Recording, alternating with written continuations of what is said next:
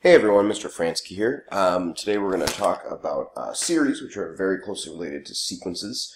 Basically, a sequence is just a list of numbers. A series is where you add those numbers together.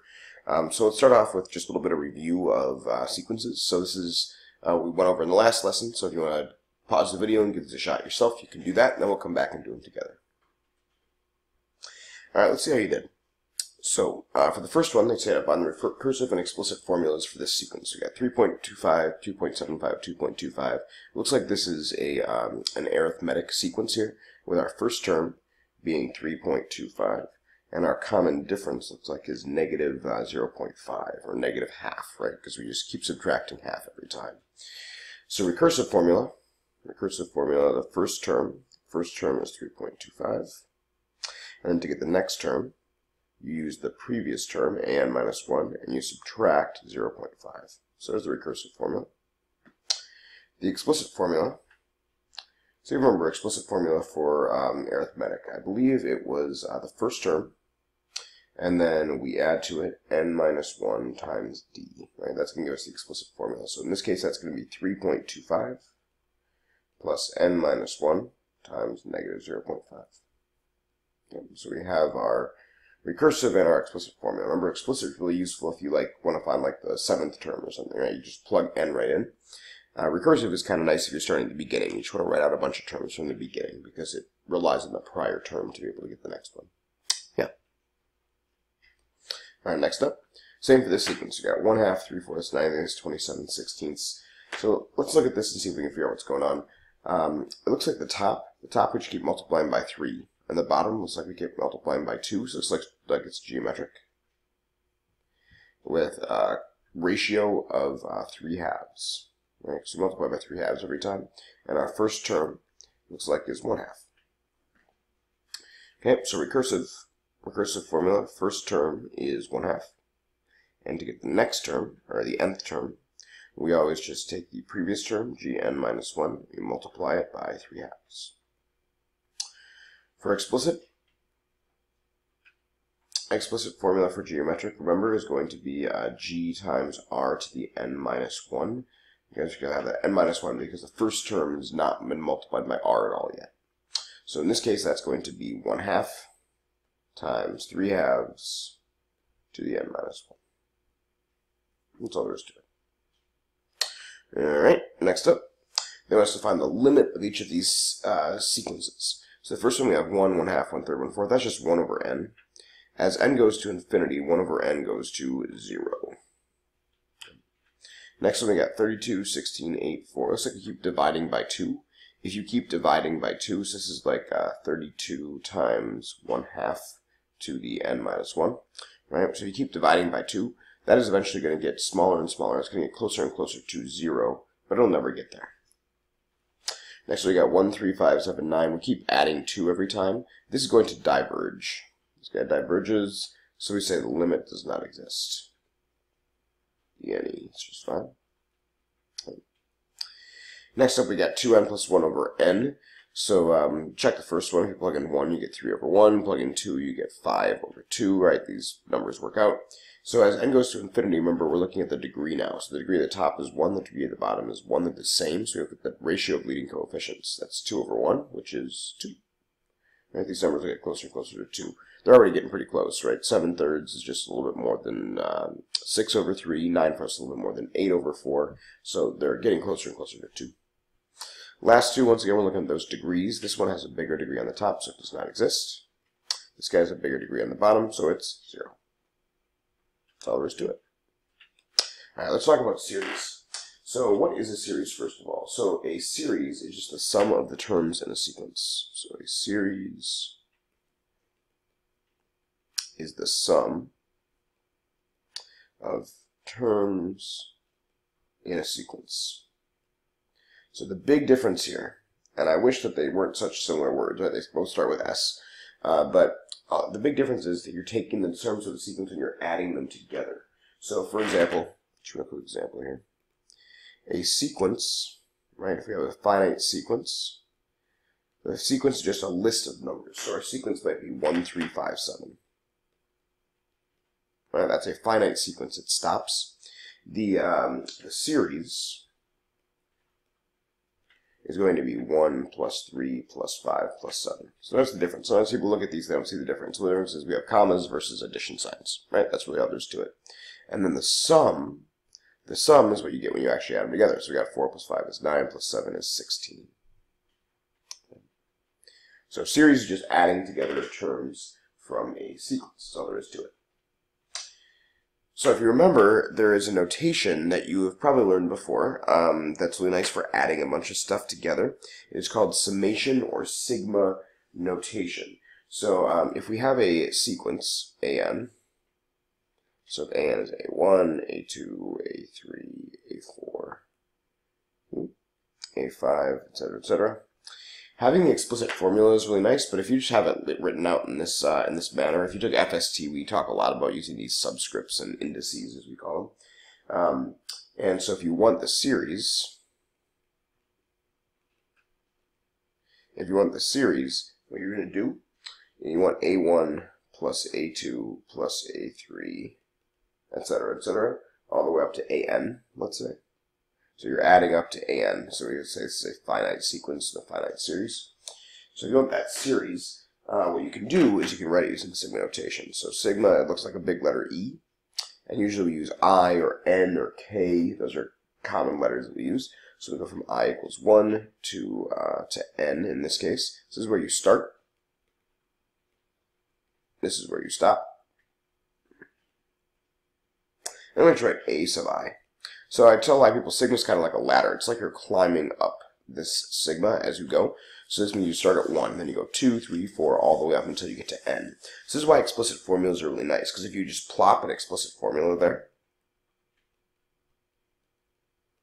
and then use I instead of n, or I instead of k, or whatever letter you like to use, then what's going to happen is every time that I is going to go into the formula, it's going to go 1, 2, 3, 4, 5, all the way up to n, and that's where it'll stop. And every time that I goes into the formula, it'll generate the terms of your sequence. Okay, and then the sigma just means add them up. So sigma means add them up.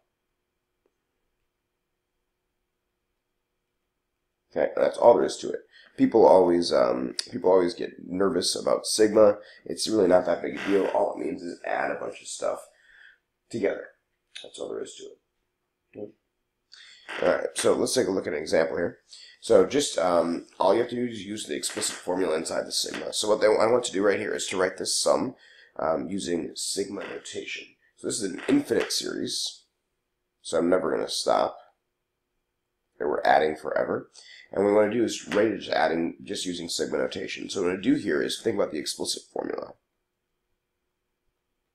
So the explicit formula here is going to be 32 times 1/2 to the n minus 1, right? Because we keep dividing by 2 every time, so we're multiplying by 1/2, and it never stops, right? So if you want to know the sum of the first 7 terms, 8 terms, 9 terms, whatever it is, you just plug that in for n right here. It'll give you the sum of that many terms. So the infinite series here would be the sum from I equals 1 to infinity of 32 times 1/2 to the I minus 1 power. That's it. So like I said, you just kind of plop that explicit formula in there, whatever the index is that you want to use. Some people do it n. N equals 1 to infinity is just fine. In calculus, we pretty much always use n. But I, n, k, those are all really common things that come into a sigma notation. Yeah. All right. So now I'm going to get into some of the cool formulas that have to do with adding the sequences together that we know well from the last lesson. And so we're going to look at what happens when you add the terms of an arithmetic sequence and what happens when you add the terms of a geometric sequence, so creating series out of these sequences. So this is a guy named Carl Friedrich Gauss, and I like to think that he was maybe called Freddy back when he was in first grade, and Freddy Gauss was in his class. This was several hundred years ago, so I'm not sure if he'd be called Freddy at all. He was also very German, so I don't know if the Germans called each other by weird nicknames like Freddy, but anyway, he's sitting in his class, and the teacher was fed up about something. Who knows what was going on? You know, I don't think they had cell phones back in that time. But they were doing something that was displeasing the teacher. So the teacher said, okay, I'm going to give you an assignment. It's going to take you like the rest of the afternoon And you're just going to sit there and you're going to do this on your little chalkboards, and you're going to, everyone's going to be unhappy because I'm not happy with how you guys are acting. So what she told them to do was to add the numbers from 1 to 100. Okay? And little Freddie, his classmates kind of groaned, and they started adding. 1 plus 2 is 3, plus 3 is 6, plus 4 is 10, plus 5 is 15. But Freddie was sitting there, and he sat for, I don't know, probably about 30 seconds, wrote one number down on his slate, brought it up to the teacher, and said, "Here you go." And she was amazed, right? Now, who knows if this story is actually true, but here is what he did. Here's kind of the strategy that he used. What he did is he wrote out the numbers like this: 1 plus 2 plus 3, all the way up to 99 and 100. Okay? And then what he did is he wrote the list backwards. So he wrote 100, 99, 98, and the last two that we'll have here are 2 and 1. Now notice what happens when you add the columns. Right? So 1 plus 100, 101. 2 plus 99, 101. 3 plus 98, 101. Look at that. So if you add all these together, you end up with a bunch of these 101s. Right? How many of them are there? Well, I think there's 100, right? So there is 100 101s. So you multiply 100 by 101. That's not too hard, right? 100 times 101, you just add 2 zeros to the 101. But is that the actual answer that I want? Well, I have this line twice, right? We have this line twice. And I only want to know what it is once. So what do we do with this number? Well, we divide it by 2. So that would be 10100 divided by 2, which I think ends up being 5,050. Okay, so really easy to find that sum by doing this idea of adding vertically. Okay, and so then it kind of comes out, well, we can do that with any arithmetic series. Okay, so any arithmetic, I should say, well, I guess sequences is okay, because we're just taking sequences and then we're adding all the terms together. So what you can think about is if you have an arithmetic sequence, so you have A1 plus A2 plus blah, blah, blah, all the way to AN, and you write it backwards. You have AN plus AN minus 1, all the way down to plus A1. So what you're going to have here, each one of these, the sum is going to be the same. So it's always going to be A1 plus AN. So it's always the first term plus the last term. A1 plus AN. All the way to the last one is also going to be A1 plus AN. Okay, they're all the same. And you have how many of them? Well, you have n of them, right? If it's the first term, second term, all the way to the nth term, you have n of them. So if you add these all together, it's n times A1 plus AN. And then you only want one of them, not two lists, so you divide by 2. And this is the formula for the sum of n terms of an arithmetic sequence. Or I'll call it a series. Arithmetic series. Okay, so this is one way you can write this formula, and I'm trying to remember if I have this here. Nope, you can do it right here. Okay, and there's another one because we have a formula for AN. Remember AN, the explicit formula is A plus n minus 1 times D. So what I can do is I can replace this AN by that formula. Okay, so this is formula, I guess I would say number 1. And what you have to know for this is you have to know how many terms. You have to know the first term and the last term. Okay, and the tricky thing is a lot of times you don't know the last term. Sometimes you don't know the last term. You only know the first term and what the difference is. Okay, so another way to do this is formula number 2. You could do n times A1 plus, I'm going to replace that AN by this formula. So it'd be A1 plus n minus 1 times D. Okay, so I replace the formula with for AN with the A1 plus n minus 1 times D, and still divided by 2. So if you make that a little bit simpler, it's n times 2A1, right, because we have A1 plus A1 again, plus n minus 1 times D, all over 2. Okay, so that's the second formula. So you have to know for this one, you have to know n, A1, and the common difference D. Okay, so the difference is you don't have to know the last term. Instead, you just have to know the common difference.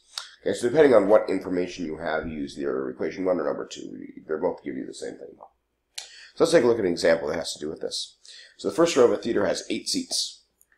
1, 2, 3, 4, 5, 6, 7, 8.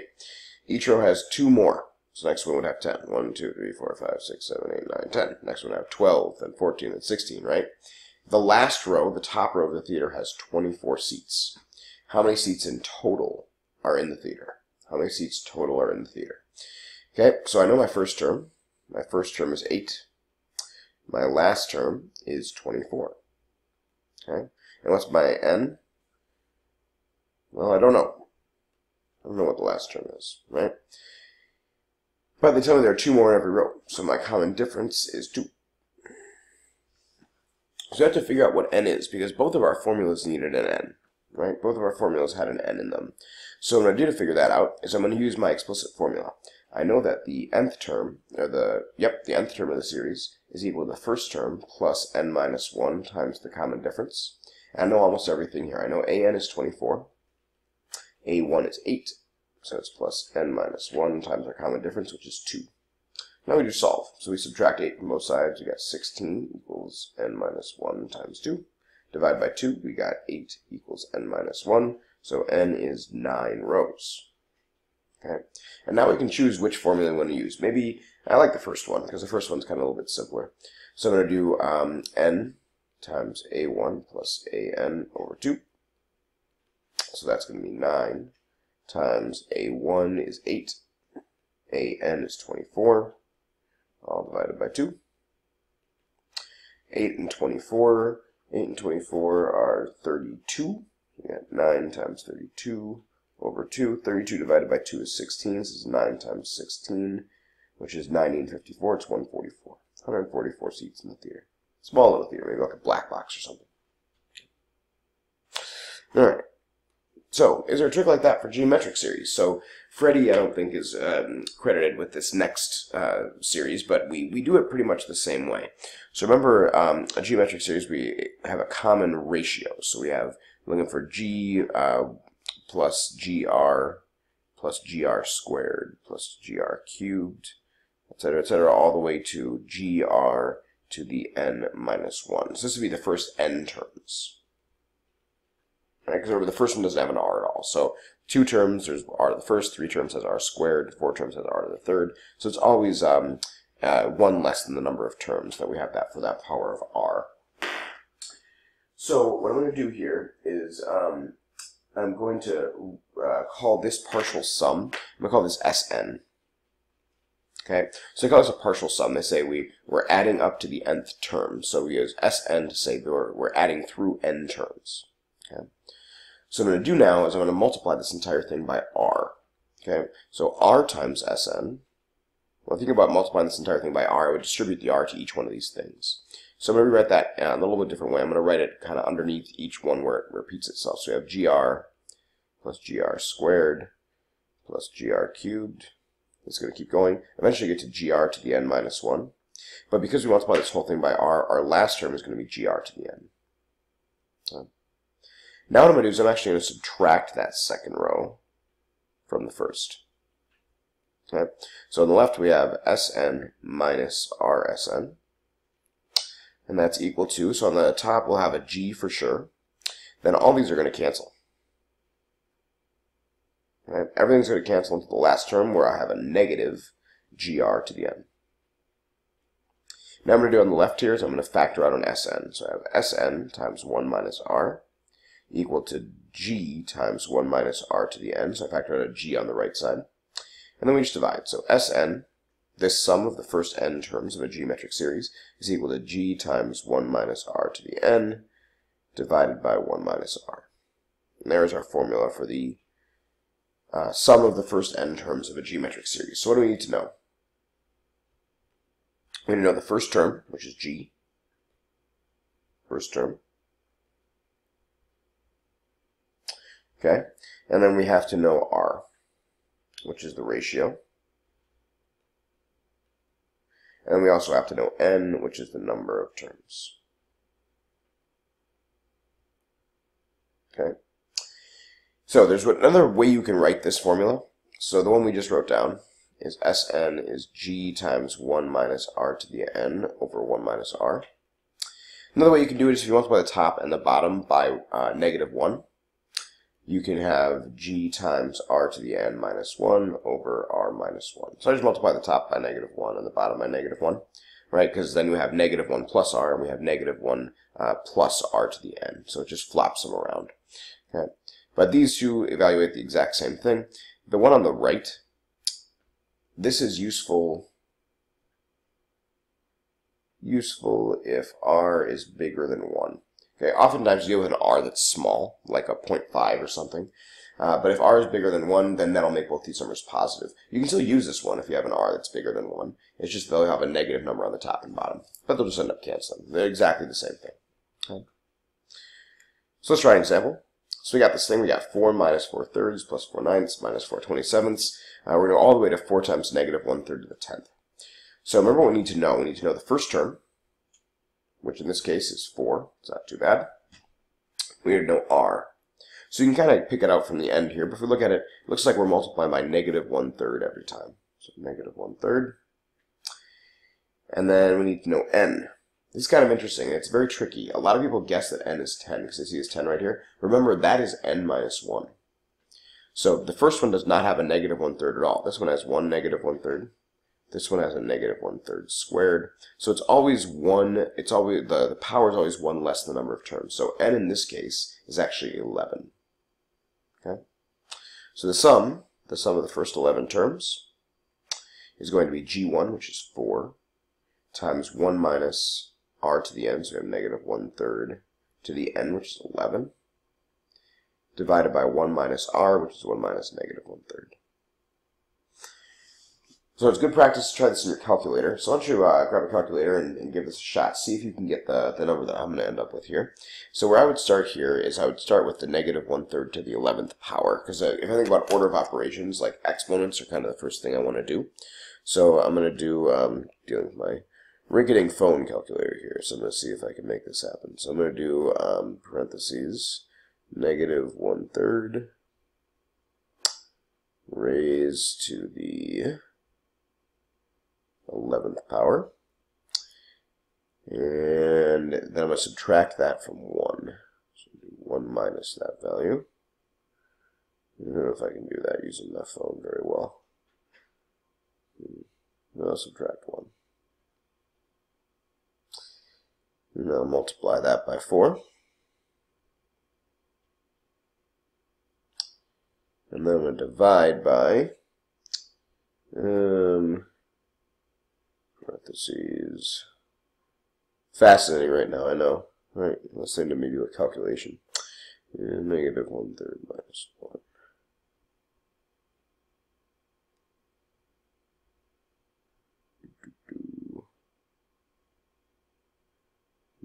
I do not trust this calculation. We'll see. We'll see if I get the same thing you do. -1/3 minus 1. Alright, well, I got 3.0000163. So if that's what you got, great. I know I'm very confident in this answer. I am less confident in this answer because my phone calculator is not the best. But if that's what you got, awesome. If it's not, then I maybe would trust your answer more than mine. But you can check in with me and then we can see if we got the same thing. Alright, next up. So what if we had forever? So this is an interesting question about what are called infinite series. Infinite series. So what's going on here is what we're going to do is just keep adding. So arithmetic are kind of boring, right? The answer is very simple for arithmetic, right? Because if we do like 2 plus 4 plus 6 plus 8 plus 10, plus 12, etc. Well, think about it. If these numbers keep getting bigger, it's going to diverge, right? This is never going to equal a number or anything. It's going to diverge. And same thing if you're subtracting, right? If we do like 10 plus 7 plus 4 plus 1. So we're subtracting 3 each time here, right? But if we keep adding this, they're eventually going to go negative, and we're going to go to negative infinity. So it also diverges. Okay? So arithmetic series always diverge. They always diverge. There is one example of a very boring arithmetic series that's 0 plus 0 plus 0 plus 0, right? If you add that forever, you'll always have 0. Okay, but even if you have like 1 plus 1 plus 1, so if your common difference is 0 every time, it's still going to diverge, right? Because you're getting bigger every time. Okay, so arithmetic series always diverge. Not very exciting.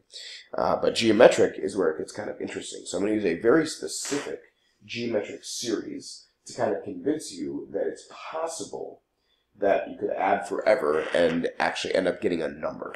Okay, so what I'm going to do is I'm going to add the series 1/2 plus 1/4 plus 1/8 plus 1/16, etc., etc. So what we're doing here is we are adding, looks like it's 1 over 2 to the n. Okay, so 1/2, 1/4, 1/8, we're just basically taking the bottom, which keep multiplying it by 2. So what I'm going to do here is I'm going to take this, I'm going to use a geometric representation. Okay. So I'm going to use a square that has a side length of 1. What I'm going to do is I'm going to shade in the amount that we've used so far. So if I just represent 1/2, well, that's half of the square. Okay, so there's my 1/2, right? Now if I add a 1/4 to it, a 1/4 is this much of the square, right? Then if I add an 1/8 to that, this would be an 1/8, right? An 1/8 is what, like half of what's left. Like 8 of these would fit into the square, right? And then a 16th, and then a 32nd, and then a 64th, right? So if you can see what's going on, if I keep dividing what's left in half, will I ever have to bump out of the square? Well, no, because it'll always just be half of what's left. So I will never fill the square. Never fill the square. Which is kind of fascinating. Because what's happening here is even though I keep adding numbers together over and over and over, the sum will never go over what number? Well, the area of the entire square is 1. So the sum will never exceed 1, which is kind of crazy. Okay? Because even though you're adding things forever and ever and ever and ever and ever, you will never go above a number, right? So this sounds kind of like a limit. So the question is it equal to 1? Well, this is kind of where calculus becomes a little bit sticky because we say even though you'll never get there, you're limited by this value. So we do say that this actually is equal to the value of 1 because I can get as close as I want to it. You can say, well, I want you to get closer than 0.99999. I say, okay, I'll add enough terms so that I'll get closer to 1 than 0.99999. Right? And then you say, well, I want you to get even closer. Okay, then I should add more terms. Right? But I can always get as close to 1 as possible. Right? Because I'll never fill the square, but I can always get as close to filling the square as I want, which is kind of crazy. Fun dinner conversation. Talk to your parents about it tonight. Okay, so the question is, does it always work, and what's the formula? Well, there are definitely some geometric series that will not work with this, right? If you add 2 plus 4 plus 8 plus 16 plus 32, right here my common ratio is 2. This thing diverges, right?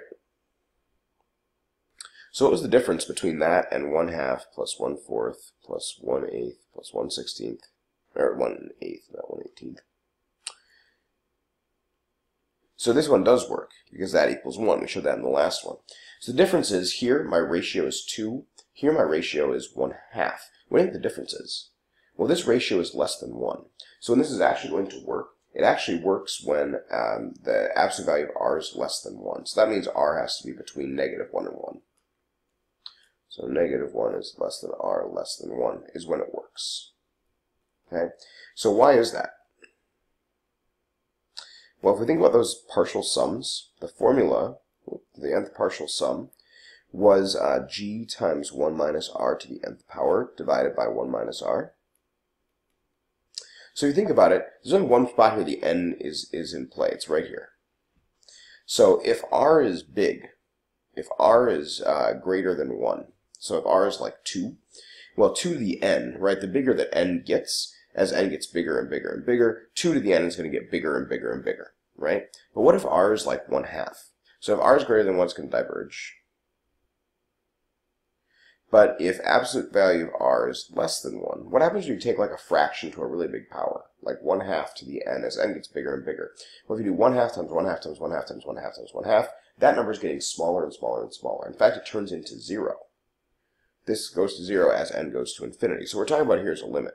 The limit as n approaches infinity of s sub n, which is the limit as n approaches infinity of g times 1 minus r to the n divided by 1 minus r, if r is between negative 1 and 1, so if absolute value of r is less than 1, then what this turns into is going to be just g times 1 minus 0 over 1 minus r, because that value is getting smaller and smaller and smaller. You're taking a percentage of a percentage of a percentage, it's getting down to 0. So what this ends up being is just g times 1 over 1 minus r. It's g over 1 minus r. This is a very important formula. Okay, this is what's called, some people call it the S sub infinity, because it's the infinite sum. It's the infinite sum. On the last one, our first term was 1/2, and our r was also 1/2. So it was 1/2 over 1 minus 1/2, which is 1/2 over 1/2, which is equal to 1. So it checks out. The formula works. So as n goes to infinity, the infinite sum, the infinite geometric sum, is g over 1 minus r. Okay. I thought I had another slide to write that, but that's it. So the infinite series formula, if r is between negative 1 and 1, is the first term divided by 1 minus r. So let's try it out. So first one, we got our first term is 3, right? Because we plug in 1 goes right here, minus 1 is 0, so we have 0.75 to the 0, which is 1, times 3 is 3. And our ratio here looks like it's 0.75. Okay? So use our formula. The sum from 1 to infinity is going to be 3 over 1 minus 0.75. That's 3 over 0.25. 3 over a quarter, same as 4 times 3, it's 12. So if you add this forever and ever and ever, you will never go above 12. First few terms of this, it'd be 3 plus 3 times 0.75 plus 3 times 0.75 squared, etc., etc., and you're adding forever. That sum will never go above 12. Kind of cool. Next, we got negative 4/5 to the end. First term, I'm going to plug 0 in there. That's going to be 1. Next term is going to be negative 4/5. Next term is going to be negative 4/5 squared. Now again, negative 4/5 is between negative 1 and 1, so the formula is going to work here. It's going to be the first term, which is 1, divided by 1 minus r. r in this case is negative 4/5. So this is 1 over 1 plus 4/5, because we're subtracting a negative there. That's 1 over 1 is 5/5 plus 4/5 is 9/5, which is 5/9. Okay. Next one, pi over 2. Interesting here. Pi is like 3.14, right? So what can you tell me about this fraction? 3.14 over 2. What's really important about it? That is bigger than 1. So pi over 2 is bigger than 1. So this thing actually diverges, because that r value is bigger than 1. That's something that's really sneaky that you have to be careful for. Next one, we got 1 plus 1/2 plus 1/4 plus 1/8. So this one, first term is 1. And our r is 1/2. So we're going to have 1 over 1 minus 1/2. That's 1 over 1/2, which is 2. Right? The difference here is that we have that plus 1 at the beginning from the example we did before with the square. All right. So I'm going to show you one cool application, and then we're going to be done. I know we're getting a little long here, but we're almost there. So we're going to convert 0.234 repeated to a fraction. So that is 0.234, 234, etc., etc., right? So we have 234 forever and ever and ever. So what I'm going to do is I'm going to write this a little bit differently. This is 0.234 plus 0.000234 plus 0.123456234, right? We keep adding another 234 at the end. It's an infinite series. What's our first term? First term is 0.234. And then, what's my r? Well, if you think about multiplying this by a value to get this, what I do is I add 3 zeros in front of the decimal. So the way that you can do that is by dividing by 1,000. So this is 1 over 1,000. Is 1 over 1,000 less than 1? Absolutely. It's between negative 1 and 1 for sure. So then this sum is going to be the first term, 0.234, divided by 1 minus r, 1 minus 1 over 1,000, which is 0.234 divided by, that'd be, so 1,000 over 1,000 minus 1 is 999, divided by 1,000. Multiplied by the reciprocal, that is 0.234 times 1,000, so that's going to move it over 3 places. It's 234 divided by 999. So you type that fraction into your calculator, it'll give you 0.234 repeating, which is kind of cool. So I got a challenge problem for you, then we're done. So you can give this a shot and talk to me about it if you want to. So convert 31.325, and the 25 is the only part that repeats at the end. So I'm going to give you a hint. If you just use this number and then you add just the 0.25 repeating and figure out what that is as a fraction, you can then convert the entire thing to a fraction. So if you want to give it a shot and talk to me, you can. That's all I've got for you, though. I love you guys. That's why I'm here. Have an excellent day. I'll catch you later.